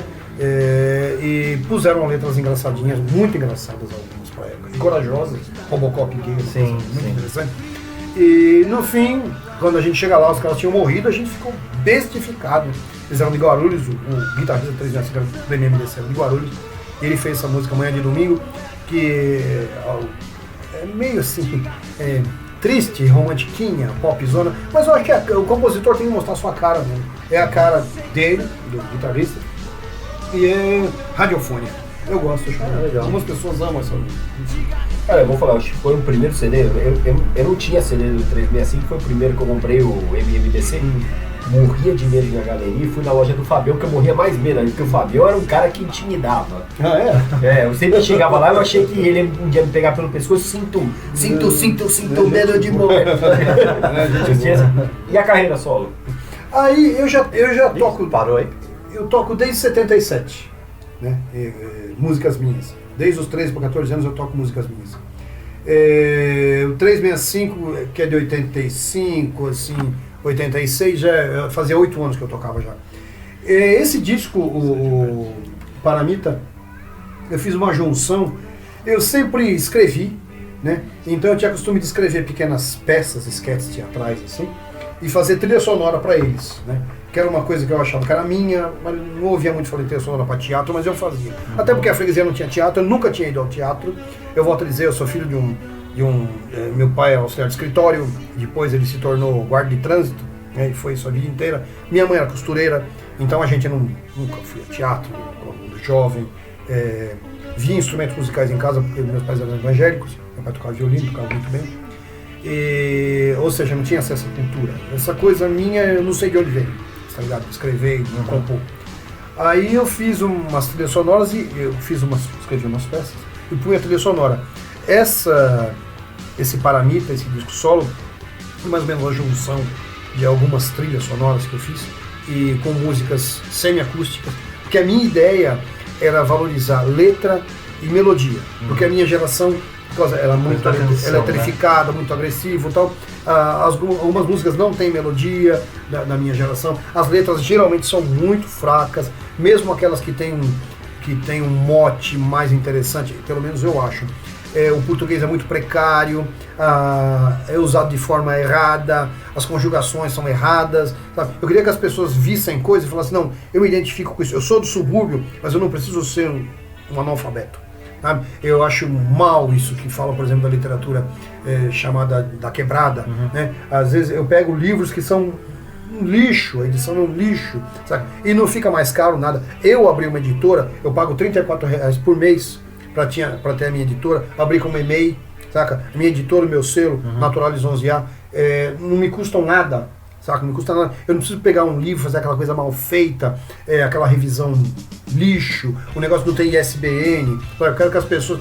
Esse livro eu vendi em Israel, esse livro eu vendi para Itália, eu vendi esse livro para Gana, vendi esse livro para o Egito, vendi esse livro para o Japão, os meus livros, saca? Por exemplo, pra você ter uma ideia, Poemas de Combate, eu lancei a primeira vez em 2011, saca? Tá na 3ª edição. As pessoas compram sim. Poemas de Combate é uma junção de poemas meus com 42 letras, que eu fiz de 77 a 2011. Saca? São letras de música. E a Avenida Nova é prosa, que eu lancei em 2015. Esses livros vendem, as pessoas compram. sabe? O público brasileiro, o jovem brasileiro, o rocker brasileiro, tem interesse nisso. E em virar o tempo que as pessoas perceberão que não existe rocker algum, não existe música, não existe músico de samba, músico arte. de rock, né? Sabe? O cara se expressa de uma maneira. Às vezes ele gosta mais de se expressar pelo samba, ou pelo rock and roll, mas isso não existe mais. Né? Isso aí são os idiotas que estão apegados. Assim, acho que a nossa experiência é muito também, né? Chega nos 40, a gente percebe que a vida é feita de fases e aí em cada fase a gente tem um sentimento, um jeito de se expressar e um jeito de gostar. E a sua geração também aprendeu a ouvir a expressão rock brasileiro. A minha geração não tinha isso. Tinha mulambos. Cresceu. Mulambos ouviam Raul Seixas, nem roqueiro chamavam. Saca? Eram mulambos, era um cara meio sujo. Ouvia Raul Seixas, ouvia um pouco de Made in Brasil, e era aquela coisa, aquelas gravações toscas, aquelas letras esquisitas. O Raul que deu um certo, né, por ser nordestino e por estar com um carioca, eles trabalham um pouco melhor a língua, eu acho. Mesmo enquanto população, eles falam melhor do que nós. Nós paulistas, talvez por questão de migração, a gente tem muita falha, assim, até para se expressar no português, mas as letras do Raul são um pouquinho melhores e tal, mas não havia o rock brasileiro. O rock brasileiro vai ver a partir da minha geração. A gente gostava de rock, era tido como, não era uma muito boa pessoa. Você, no mínimo, não tinha muita higiene pra você ver. A sua geração já não vê rock como uma coisa de qualidade, é uma coisa bem feita. Legião tem qualidade, não é mulambo, como se diz. É bem acabado. É bem acabado. Titãs é bonito, as letras do Arnaldo são belíssimas. Comida, Impulso, aquilo é poesia. É um poeta, né? Você fala, meu Deus do céu, aquilo é poesia. Não é uma coisa jogada. Não foi um monte de palavras que eu fui dar meu amor, meu carro, eu vou te pegar pra gente ir ao cinema. Não é, sabe? Então, a minha geração, modéstia à parte, deu esse approach para a geração de vocês, para quem veio depois. Não se envergonhar de dizer que gosta de rock brasileiro. E a expressão rock brasileiro não existe. A gente falava em Jovem Guarda, mas os caras da Jovem Guarda também se esconderam, porque houve um patrulhamento lascado da esquerda em cima desses caras após o golpe. E como eles faziam a musiquinha alienada, americana, inventaram outro termo para que os que pudessem entrassem, MPB. Então nesse MPB tinha de tudo. Tinha Novos Baianos, que é puro rock and roll pra mim, mas não podia dizer, MPB. A guitarra do Pepeu né? Rock and roll. E mesmo algumas canções são rock and roll.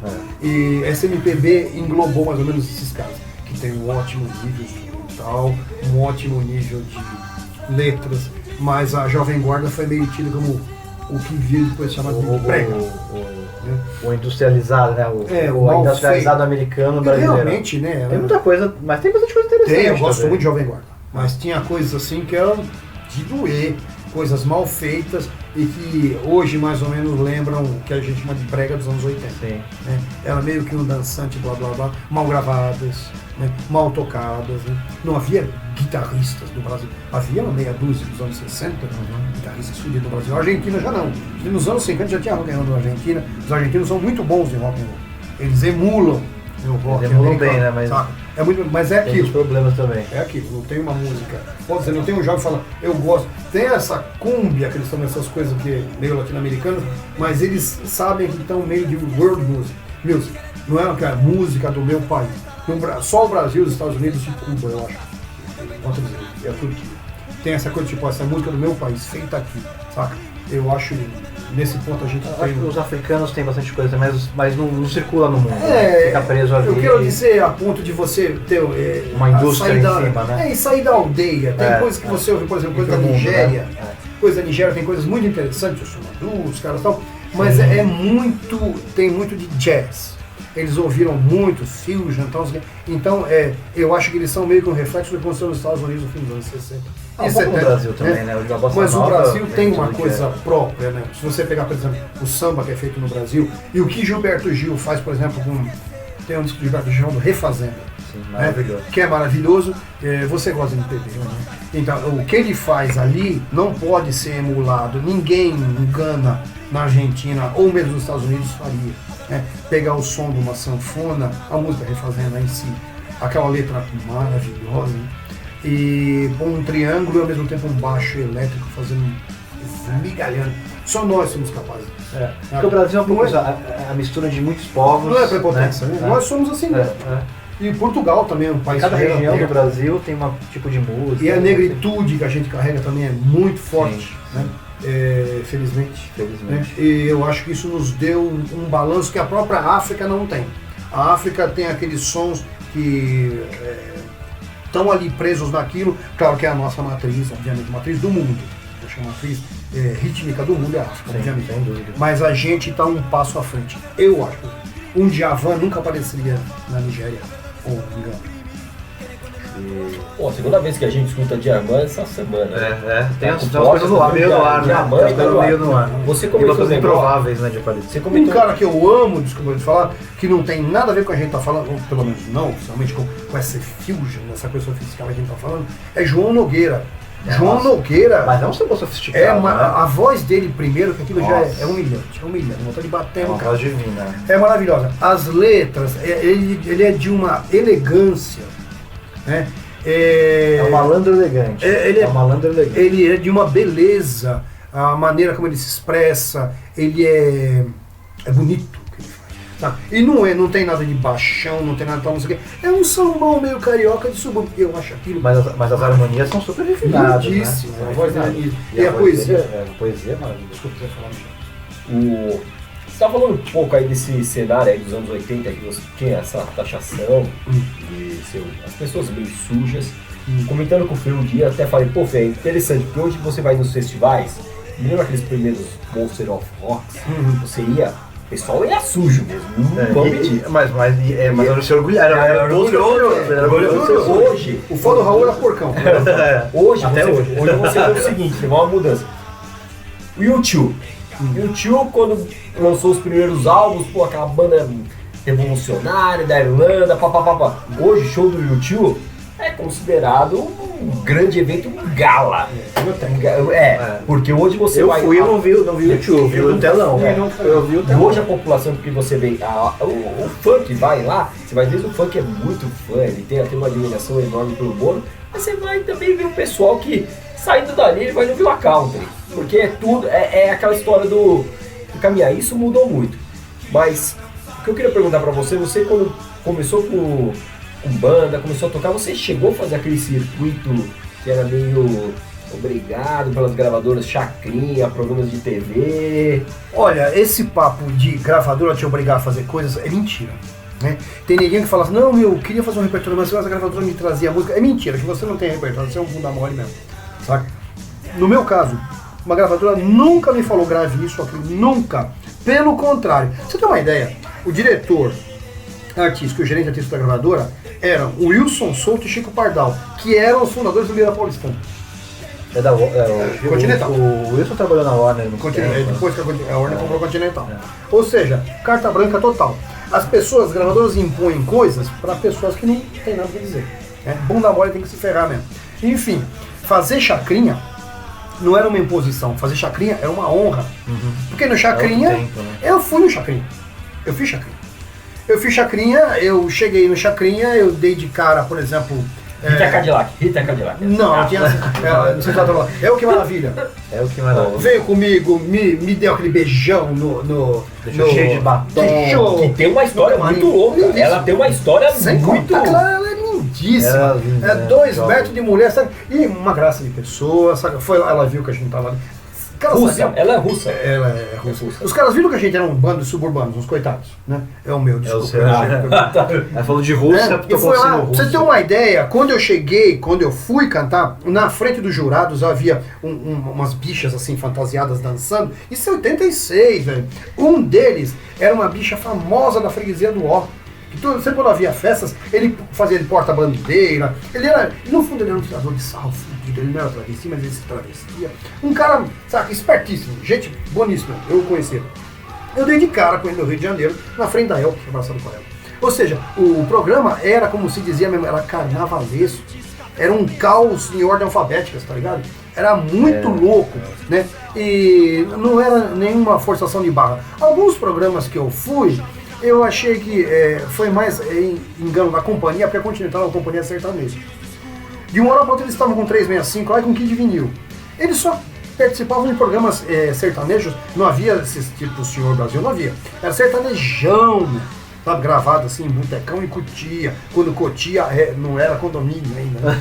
Ou seja, Era fazenda. essas coisas você vê que eram enganos do cara. Por exemplo, eu fui fazer Raul Gil com o pé atrás. Meu pai via Raul Gil quando era criança, via Chacrinha, mas Raul Fez Gil... bolinha? Fiz bolinha um monte. Bolinha, né? Bolinha também era o caos, era o caos. Né? Tinha mendigo dormindo na plateia. O programa às vezes durava 12 horas a gravação. Tinha gente que era de graça, qualquer um entrava. Tinha mendigo dormindo na plateia, cachorro, gato, cobra, se puder, rato. Era aberto o teatro enorme ali na... Onde era? Chile, não sei. Eu fiz pelo menos 10 bolinhas. Fui fazer Raul Gil com o pé atrás, né? Porque eu falei, nossa, o Raul me lembrava uma coisa. Cheguei lá, o cara era uma beleza de pessoa, gente finíssima. Alguém dos Titãs já tinha me falado que gostava dele. Eu não sei quem que me falou. Eu não sei se foi o Brito. Enfim, que ele era gente boa. Mas eu não esperava que era gente boníssima.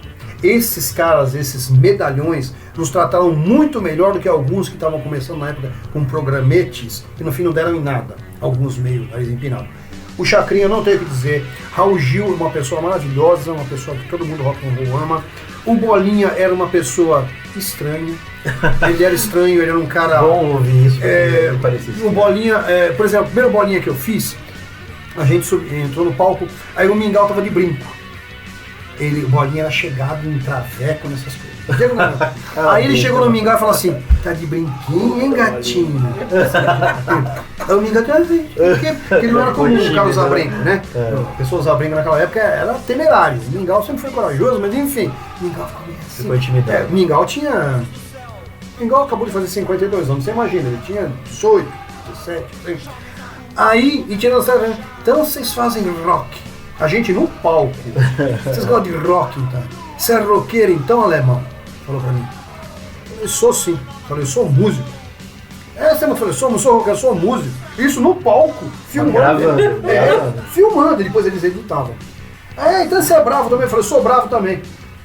Sabe, esse clima Aí assim. se apaixonou. Não, ele ficou meio assim, ele ficou puto. Você quebra. Olhou pra nossa divulgadora, acho que é a Zilda, né? É assim, tá.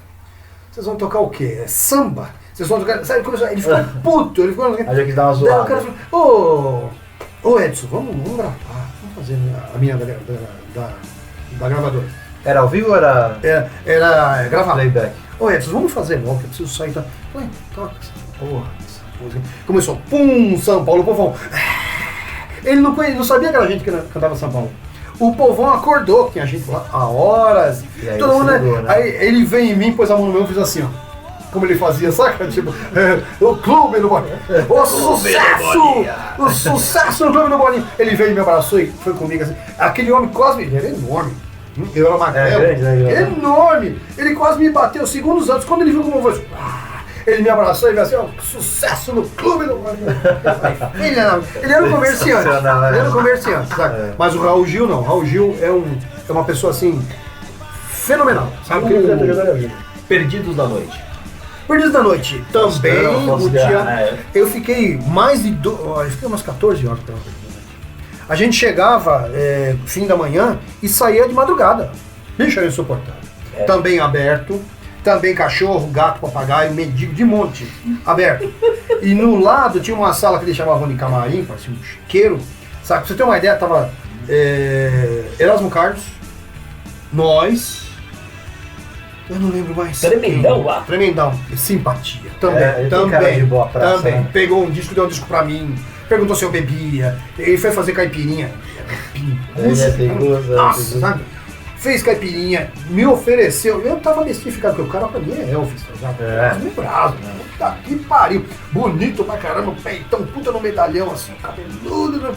E aí você quer, beijão no coração de vocês todos, ainda pega violão e tal. Veio nos cumprimentar, Erasmo Carlos.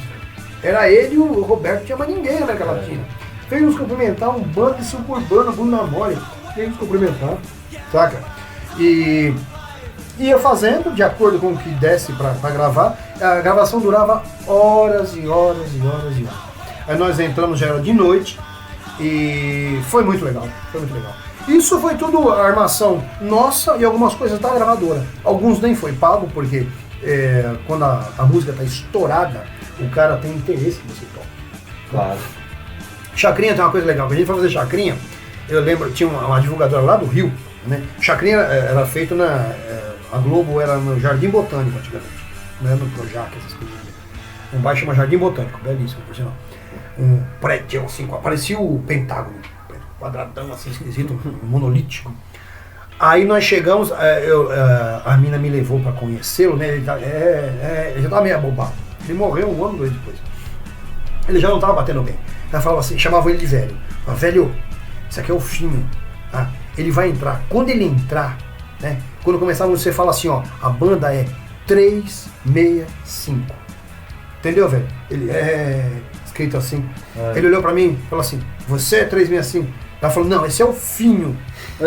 A banda. Ele falou, Finho, né? Se você não lembrar o nome da banda, você fala Finho. Quem são vocês? Aí ele vai falar, é 365. Velho, não é 365, entendeu? É 365. Eu entendi. Aí conosco foi o Gueto. A Warner mandou o Gueto, uma banda chamada Gueto da época. Vocês querem São Paulo também, né? Também, tá bem Santana, legal. Zona Norte. Eles eram da Warner, nós é Continental. E Gueto, os caras eram foda-se, né? Porque eles eram mais sofisticados, aquela coisa de hip hop. A gente era uns punk, mulambo, tocando pop. Quando entrou assim, o Chacrinha olhou pra mim e falou assim, beleza. Ele falou assim, com vocês, 3, 6, 5. Perfeito! Entrei, toquei em São Paulo, não lembro da metade. Porque eu viajei, imagina. Demais, Né? Demais. Chacrinha é um cara que meu pai ouvia quando era jovem, já no rádio, depois em televisão. Eu nasci Uma e lenda, vivo, né? Saca? Eu vi o cara pegou no meu braço e me levou pra levar beijinho. Tá, que é inesquecível. Tá, que é como apertar a mão do Sinatra. Eu apertei a mão do Chacrinha. Aí, todo mundo, vai dar certo. Saiu o velho, tudo, porque ele era genioso. Ele tava todo sincronoso, veio, me abraçou, me levou pra levar beijo da mulherada.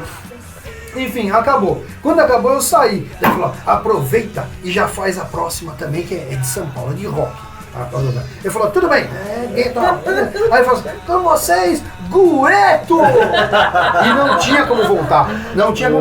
Eles já não estavam regravando coisas com ele. Ficou Gueto. Ou seja, muita gente nem se liga, mas eu achei tão interessante que frisaram tanto. 3, 6, 5. E ninguém falou pro cara Gueto. Porque ele não sabe o que a palavra Gueto significa. Pra ele, é um homem, é só um nome ali escrito, né? Ele leu e falou, Gueto! E entrou o Gueto, tá? Achei. O pessoal do Gueto deve achar demais essas coisas que eu vi até hoje. Cara, eu não sei. Esses programas que vocês faziam na TV, hoje eles são. Não tem tanto, você tem internet, mudou muito. Como era? Vocês iam e a família ficava pirada assistindo? Olha, por exemplo, tua mãe, você tem uma ideia? Avó. Quando eu fui fazer o Perdido na Noite, quando eu entrei no público, eu vi, eu não sei como. Você sabe que vocês são músicos, sabe isso? Quando a gente tá no palco, a gente fica numa sensibilidade fodida. A gente vê coisas que as pessoas não veem normalmente. E fica a luz na cara. Você tá numa outra vibe, né? Eu vi minha mãe e meu irmão e minha cunhada. Olha só. Eles estavam no meio do público. Foi a primeira vez que minha mãe me viu tocar. Eu tocava 10 anos. Eu tocava desde 77. Foi 87. Eu fiquei besta. Você vê que era uma coisa aberta. No caso do Raul Gil, por exemplo, era público caravanas, como eles falam. É um monte de gente desocupada que fica no show. Eu fiz Gugu Liberato, por exemplo. Você fazia Viva a Noite. Eu fiz Viva a Noite. Fantástico. Então você chega lá, tem, por exemplo, vem ônibus do Paraná. Vinha neguinha do Pará, da puta que pariu. Porque pros caras era um privilégio. Imagina, eles iam ver os artistas em São Paulo. E neguinho chegando aqui, às vezes pagava até hospedagem, a produção pagava lanchinho e tal. Neguinho às vezes viajava 12, 15, 20 horas pelo Brasil pra chegar lá. E no dia que a gente foi, havia caravanas do Brasil inteiro. Cantaram São Paulo junto, né? É muito legal. Com o Gugu também. Com o Gugu, o que eu fiz? Eu não sei se foi Titãs, 365. Enfim, é toda aquela turma até de chamados bregas, né? E não havia. Né? Deixa eu pegar essa deixa aí, você tá falando que vinha caravana do Brasil inteiro.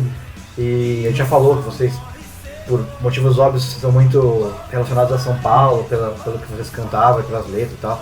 Mas como foi? Vocês viajaram o Brasil todo? Você viaja o Brasil todo. Tinha algum tipo de restrição? Não, vocês pelo são muito contrário, paulistas. Pelo contrário. A gente foi no Rio de Janeiro. Que é? Eu fui tocar no Rio de Janeiro uma casa chamada Crepúsculo de Cubatão. que era do Ronald Biggs. O cara que assaltou o trem pagador, não sei se vocês conhecem. Que também fez Nossa, filme com pode Sex crer, Pistols. Aí ele tinha uma casa chamada Crepúsculo de Batão, em 86. Ele faleceu já. Morreu. Tem o filho dele, acho que É mora o aqui. Toby. O Toby tocou no Trem da Alegria. Ah, é? Nossa, é o Toby. Ele é o filho do Ronald Biggs. Eu conheci sou o Toby.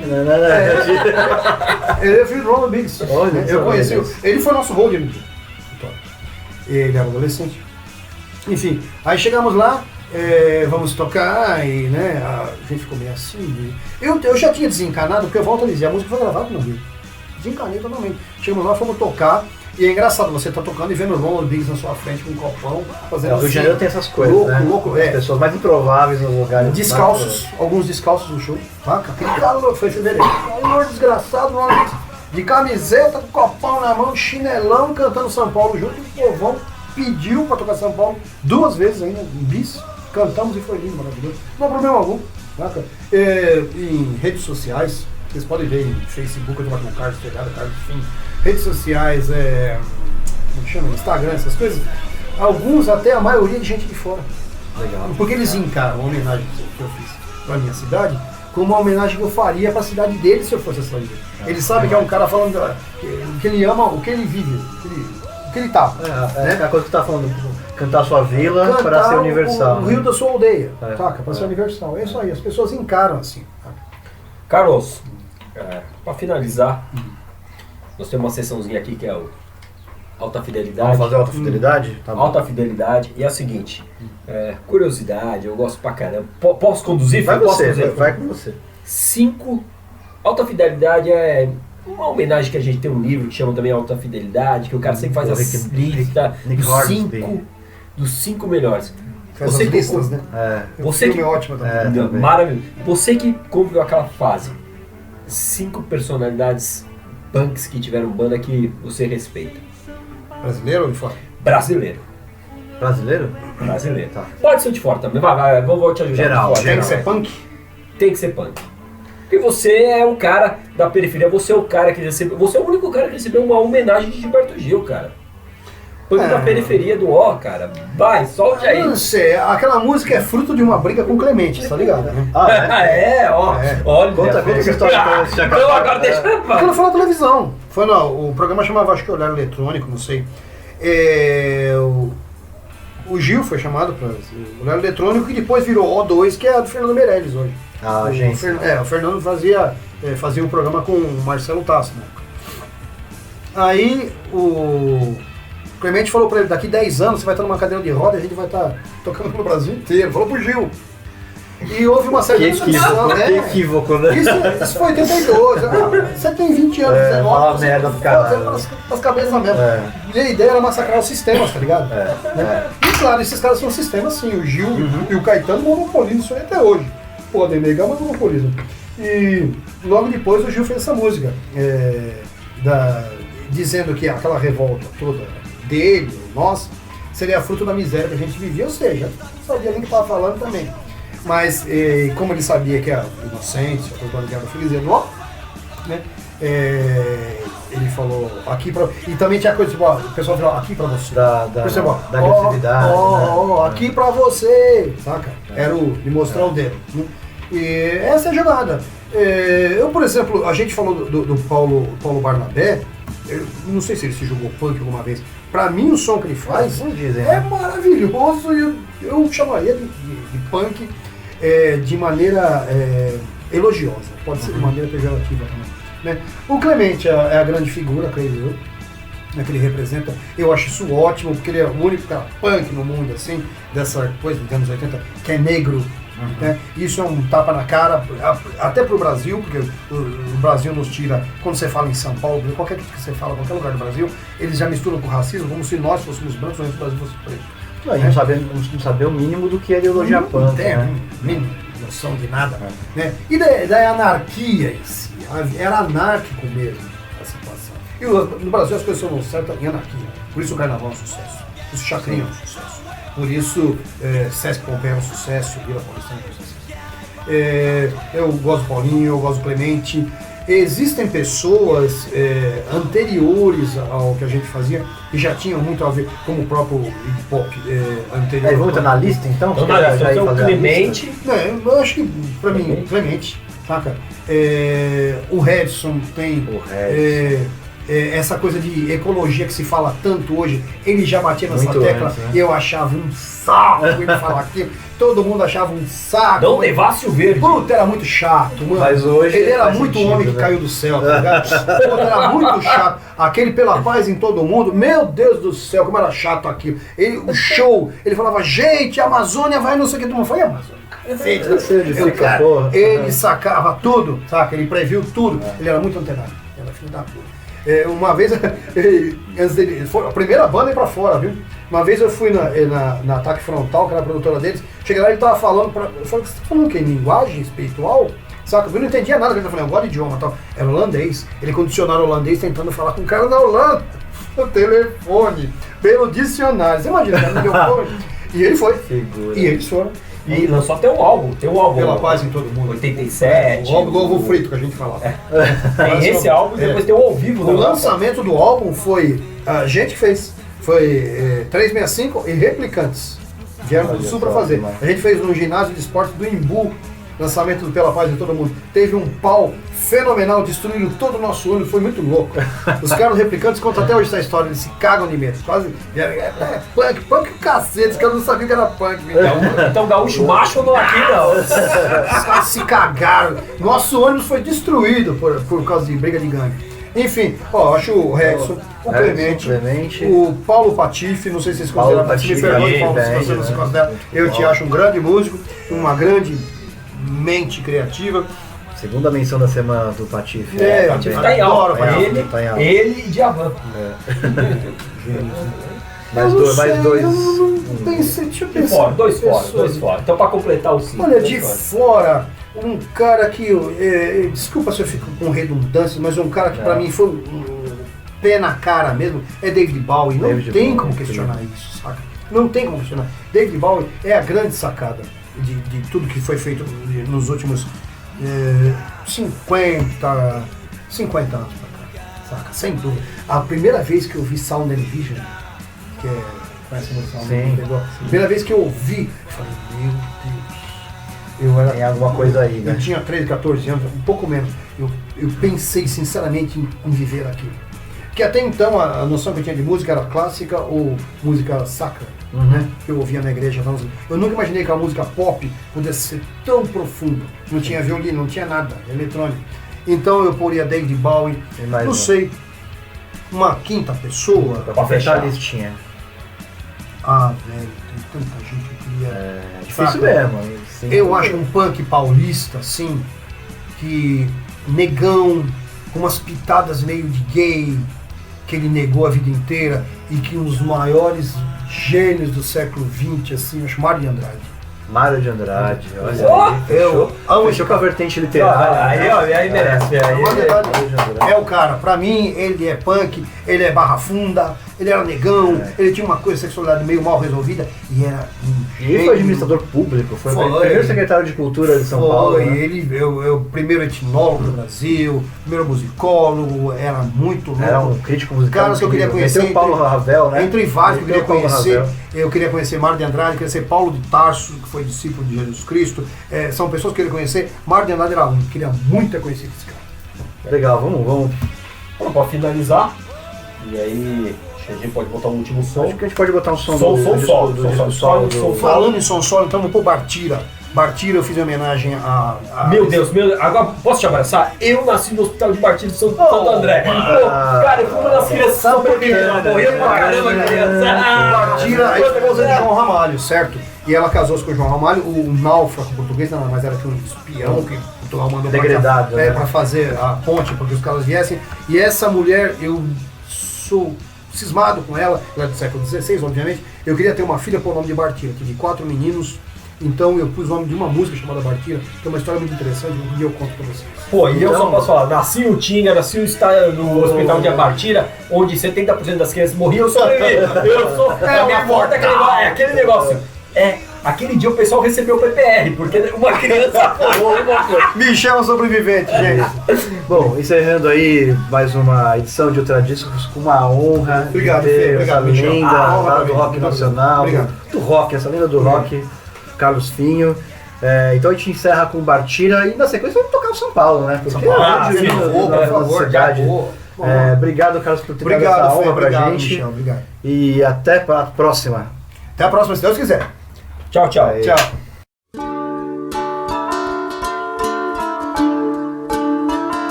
Borboleta voou pra nunca mais, atrás de um tempo outro, pois tudo era tão pouco, pouco era demais.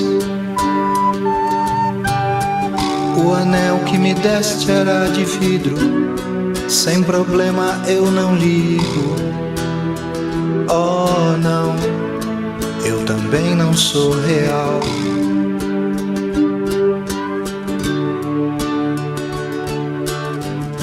Fique atento à história que eu vou te contar só mais uma vez. Não confie na memória, guarde no olhar tudo que a vida fez. Toda noite antes de deitar, fique junto da janela, faça uma oração por ela e alegre-se ao ouvir o som de suas asas contra o ar, o som que não é dela, o ser que não é ela, o ter que não é seu.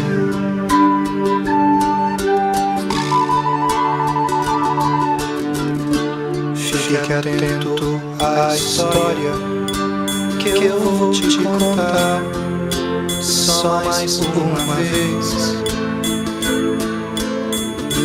Não confie na memória, guarde no olhar tudo que a vida fez. Borboleta voou pra nunca mais, atrás de um tempo outro, pois tudo era tão pouco e pouco era demais. O som de suas asas contra o ar, som que não é dela, o ser que não é ela, ter que não é seu.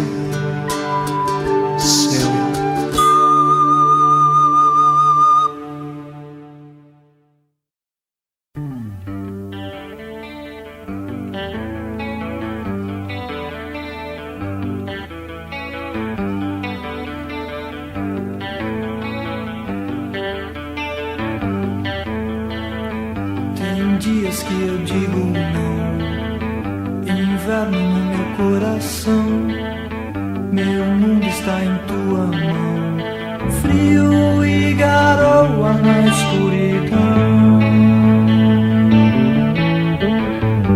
Sem São Paulo, o meu dono é a solidão. Diga sim que eu digo não.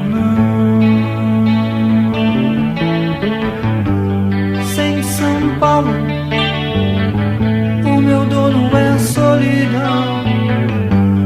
Diga sim que eu digo não.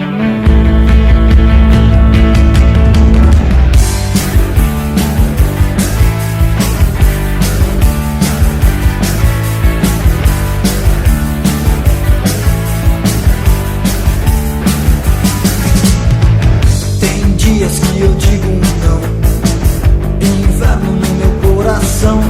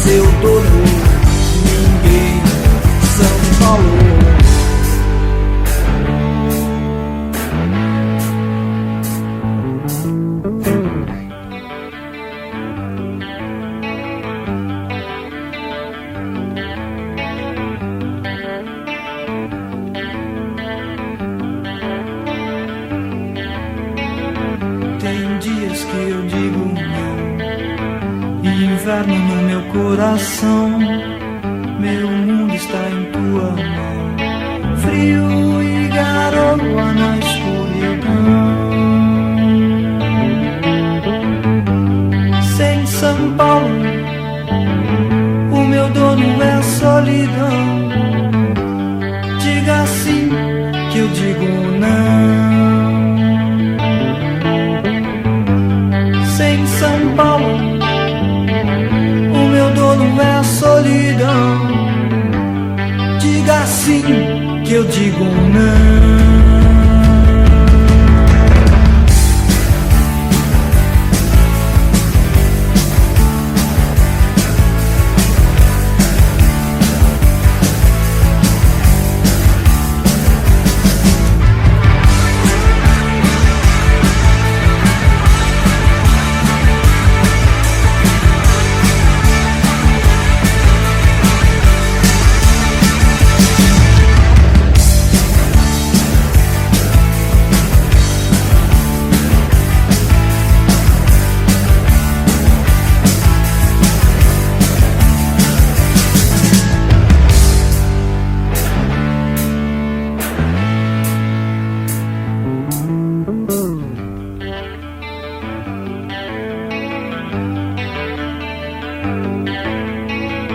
Desperta, São Paulo, desperta.